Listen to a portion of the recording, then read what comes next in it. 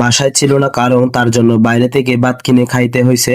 তো গ্যাস আমি বাইরে থেকে আমার আম্মুর জন্য এবং আমার জন্য দুইটা মোরগ পোলা নিয়ে আসলাম। তো এখানে দিছে সালাদ এবং একটা ডিম এবং মুরগির মাংস একটা। তো একটু দিছে গ্রেভি।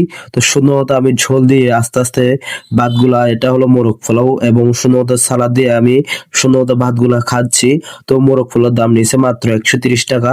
তো 130 টাকা কোনো বড় কথা না, যদি খাবারের মান ভালো হয় তাহলে তো ভালো।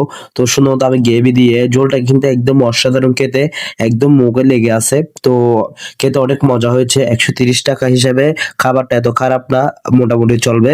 তো এটা আনছে আমি পুরান ঢাকা থেকে। তো এখানে চট্টগ্রাম পুরান ঢাকা থেকে নিয়ে আসলাম মাত্র 130 টাকা। এই একটা ডিম থাকবে এবং সালাদ এবং এক পিস মুরগির মাংস ব্রয়লার। তো সুন্দর মতো আমি একটু মুরগির মাংস দিয়ে সুন্দর মতো ভাতগুলা মেখে আস্তে আস্তে করে খাচ্ছি। সত্যি বলতেছি, আপনারা যদি না খান অবশ্যই বলবেন না।